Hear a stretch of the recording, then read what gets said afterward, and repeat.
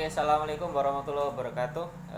Jumpa lagi di channel Pak D. The Explorer, dan selalu semangat pagi buat siapa saja yang menyimak video ini, terutama kepada seluruh ayah bunda yang sedang berjuang untuk selalu mendampingi putra putrinya untuk senantiasa belajar, gitu ya. Baik, oke Pak D.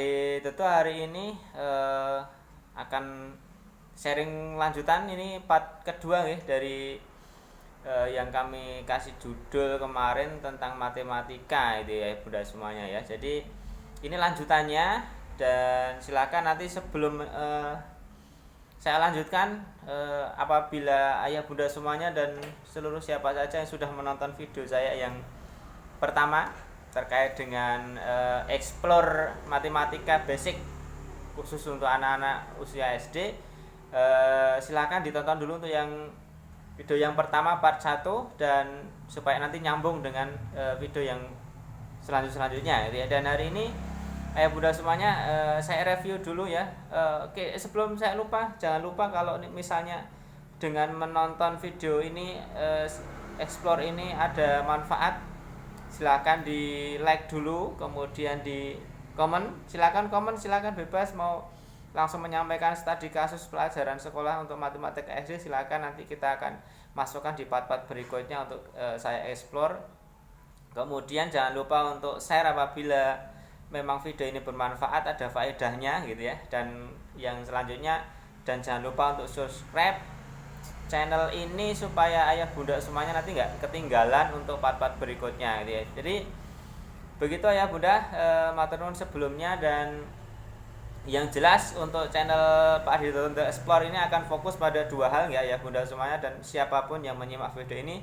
Satu, saya akan explore dari sisi sisi lain saya. Yang pertama di bidang ke training and consultingnya di Waifan Citra, dan kadang juga channel ini akan berbicara dari sisi saya sebagai dari Kids Center ya, bimbel spesialis anak gitu. Dan hari ini saya berbicara sebagai Pak Adidoto dari Kids Center ya, bimbel spesial anak. Oke, ayah bunda masih ingat untuk yang bagian pertama bahwasanya kita sudah explore ketika matematika itu sudah menjadi momok yang sangat menakutkan, apalagi itu sudah tertanam sejak dari usia SD. Kenapa? Karena ada sesuatu yang mungkin tidak asik ketika anak-anak belajar matematika di SD, atau mungkin banyak-banyak pendekatan yang tidak membuat anak jatuh cinta sama matematika, yang itulah pada akhirnya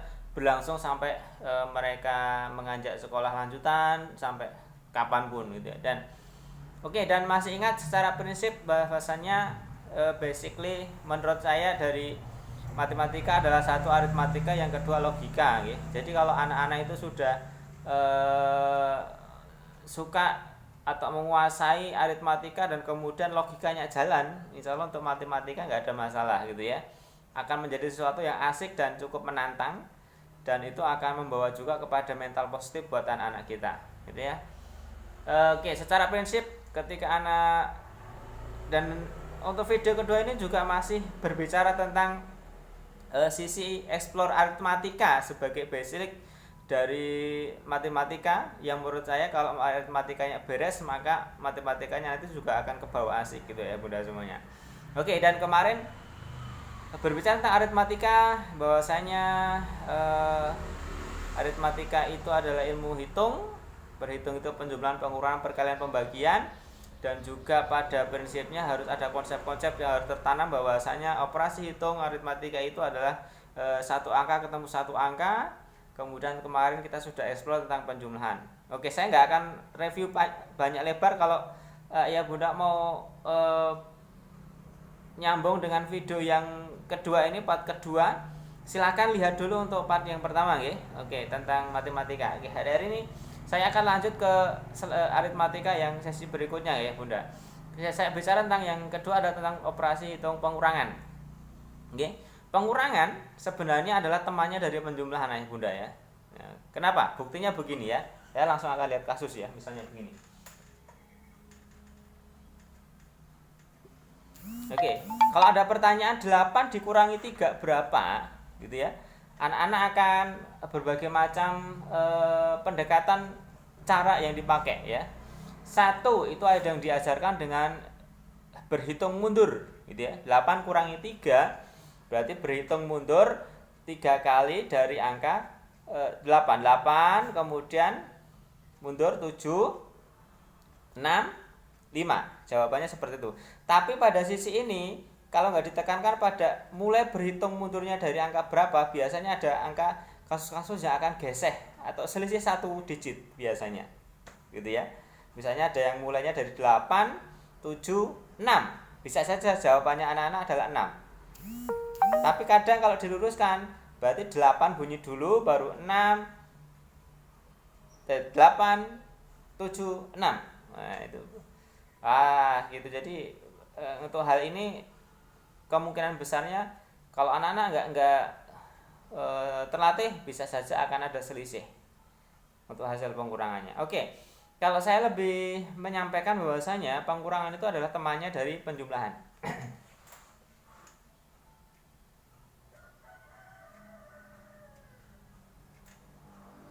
Ini ya, jadi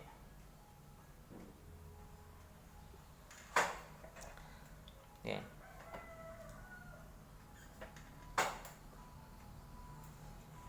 Nah, ini ya. Jadi untuk pengurangan itu adalah temannya dari penjumlahan. Ketika anak-anak sudah menguasai operating penjumlahan, ya, penjumlahan, jadi misalnya sudah menguasai hafal di luar kepala itu enak. Nah, kenapa? Karena soal-soal pengurangan itu bisa dikerjakan dengan penjumlahan, logika penjumlahan. Misalnya 8 dikurangi 3 itu maka bisa saja secara logika karena pengurangan itu berteman dengan penjumlahan. 8 dikurangi 3 itu caranya adalah 8 itu adalah 3 ditambah berapa? Nah, gitu ya. 8 adalah 3 ditambah berapa? Kalau anak-anak itu sudah paham, kalau 3 ditambah 5 itu adalah 8, maka jawabannya adalah 5.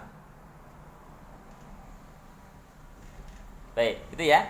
Ini untuk pengurangan logika yang kita atau konsep dasar dari operasi hitung pengurangan adalah kita temankan dengan penjumlahan ayah bunda semuanya ya.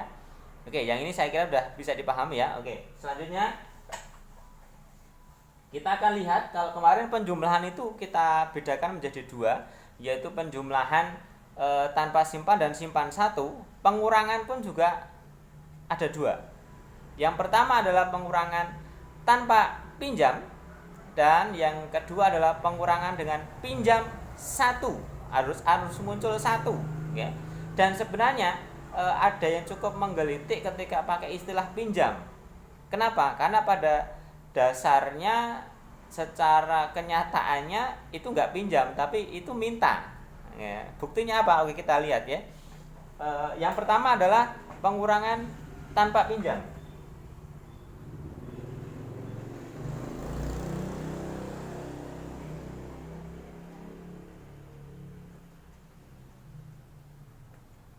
Pengurangan tanpa pinjam, tanda-tandanya adalah kalau yang dikurangi adalah lebih besar.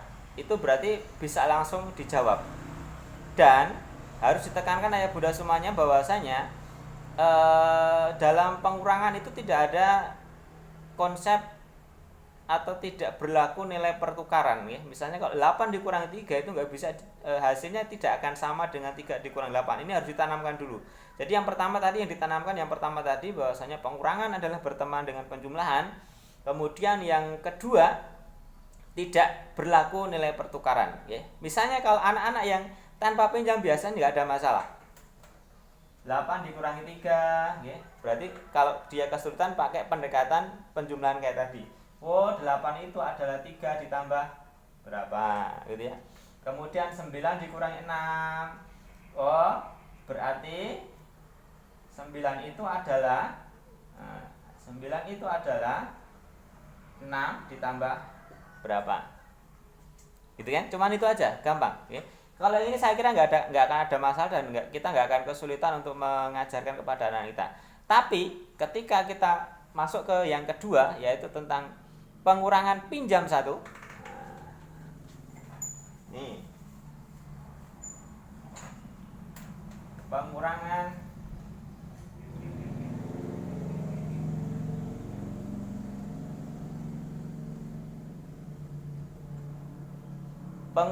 pinjam satu. Contohnya apa? Contohnya begini. Nah, yang jelas ketika berbicara tentang konsep pengurangan pinjam satu itu tanda-tandanya adalah seperti ini. Kalau yang dikurangi angkanya lebih kecil, 3 dikurangi 8, itu secara konsep logika anak-anak harus tanam bahwasannya itu tidak bisa. 3 dikurangi 8 itu nggak bisa. 2 dikurangi 9 itu nggak bisa. 7 dikurangi 8 itu juga nggak bisa. Itu pertama. Itulah kenapa gara-gara nggak bisa. Jawabannya harus nggak bisa dulu. Kenapa? Karena nanti biasanya anak-anak kalau nggak ditekankan konsep ini dan yang tadi saya sampaikan sebelumnya tidak berlaku nilai pertukaran, biasanya anak-anak 3 dikurangi 8 itu jawabannya adalah 5. Kenapa? Nah, karena anak biasanya melogika itu secara langsung otomatis dibalik. 3 dikurangi 8. Nah, sebenarnya secara konsep logika berpikir anak itu sudah tahu kalau pengurangan itu adalah yang bisa adalah angka yang besar dikurangi angka yang kecil. Itulah kenapa kebanyakan anak-anak kita kalau 3 dikurangi 8 jawabannya 5. Karena tahu sebenarnya pengurangan itu adalah angka besar dikurangi angka kecil. Silakan cek nanti putra-putrinya ya, Bunda yang masih kelas 1 atau kelas 2. Kalau masih seperti ini berarti secara logika sebenarnya tinggal diluruskan. Oke, paham ya? Oke. Sekarang kita buktikan sebenarnya tidak pinjam tapi minta satu.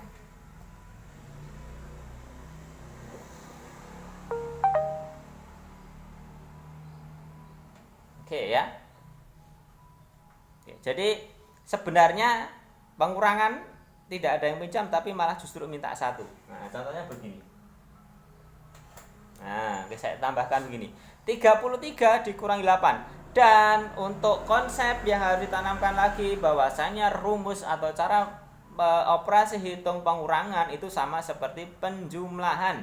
Bahwasanya menghitung pengurangan itu adalah satu angka ketemu satu angka, dihitung dari angka belakang, nggak punya teman dipindah, sama rumusnya itu ya. Jadi seperti ini hanya main coret-coret kayak kemarin. 3 dikurangi 8. Oke, jadi yang pertama adalah 3 dikurangi 8. 3 dikurangi 8 itu tidak bisa dikerjakan seperti ini ya. Berarti apa? Harus ditanamkan, intinya itu tidak bisa. Berarti kalau tidak bisa berarti 3 harus minta 1 dari angka depannya. 3 minta 1 dari angka 3, minta 1. Nah, berarti itu kenapa minta 1 akhirnya menjadi angka 13. 13 kurangi 8. Nah, biasanya kalau nanti kenapa tadi saya kenalkan konsep pengurangan berteman dengan penjumlahan, maksudnya adalah seperti ini. Ketika ada angka-angka yang sudah sampai angka belasan dikurangi satuan, biasanya anak-anak kalau pakai jari hitung mundur itu potensi selisih salah digit itu banyak. Makanya kita harus tekankan penjumlahan clear. Akhirnya ketika seperti ini 13 dikurangi 8, anak-anak kita ajak untuk berpikir secara logikanya adalah 13 itu adalah 8 ditambah berapa gitu ya. Jadi 8 ditambah 5. Oke, jadi 13 dikurangi 8 adalah 5, ditulis di belakang. Ditulis di belakang dan ingat ketika ini tadi pakai konsep bukan pinjam 1 atau ditekankan lagi bahwasanya minta 1, maka 3 diminta 1. Tadi sudah diminta 1 maka jadi 2. 2 nggak punya lawan berarti tinggal dipindah. Oke, jadi seperti itu ayah bunda untuk pengurangan. Sebenarnya secara rumus cara sama dengan penjumlahan, gitu ya, sama dengan penjumlahan. Tapi ke beberapa konsep-konsep logikanya harus ditanamkan ke anak kita bahwasanya satu sebenarnya pengurangan itu adalah temannya penjumlahan. Maksudnya ketika anak-anak bisa dan hafal atau mungkin menguasai operasi hitung penjumlahan, maka pengurangan nggak ada masalah. Kenapa? Seperti tadi kasusnya 13 dikurangi 8 itu sama saja anak-anak akan berpikir, diajak berpikir, wow 13 itu adalah 8 ditambah berapa. Nah, lebih kecenderungannya salah kalaupun ngitung maju 8, 9, 10, 11, 12, 13 itu kemungkinan untuk salah digit atau selisih digitnya akan lebih kecil dibandingkan yang hitung mundur. Ya, karena tidak semua anak itu lihai untuk hitung mundur gitu ya. Jadi silakan dipakai ini. Dan sebenarnya nggak usah dipaksa gitu. Intinya kalau ketika menghadapi kita mengajarkan anak-anak tentang operasi hitung atau aritmatika, berhitung, cara berhitung itu lihat anak dia paling enjoy dengan cara apa, kita push di situ. Yang lihai dengan hitung mundur pakai hitung mundur ya. Kalau lihat dengan yang seperti ini langsung kita ajak seperti ini gitu ya. Jadi itu. Kemudian yang kedua, bahwasanya tidak berlaku nilai pertukaran, tidak seperti penjumlahan 3 tambah 5, kalau penjumlahan tidak sama dengan 5 tambah 3, 8 ditambah 3 itu sama dengan 3 ditambah 8. Tapi kalau pengurangan 5 dikurangi 3 hasilnya tidak akan sama dengan kalau dibalik ya. 3 dikurangi 5 ya. 3 dikurangi 9 itu hasilnya tidak bisa dikerjakan dengan 9 dikurangi 3 gitu ya. Jadi itu dulu ayah bunda, hari ini saya cuma sedikit saja share dengan operasi hitung rumus yang kedua tentang pengurangan. Jadi silakan tonton dulu, silakan komen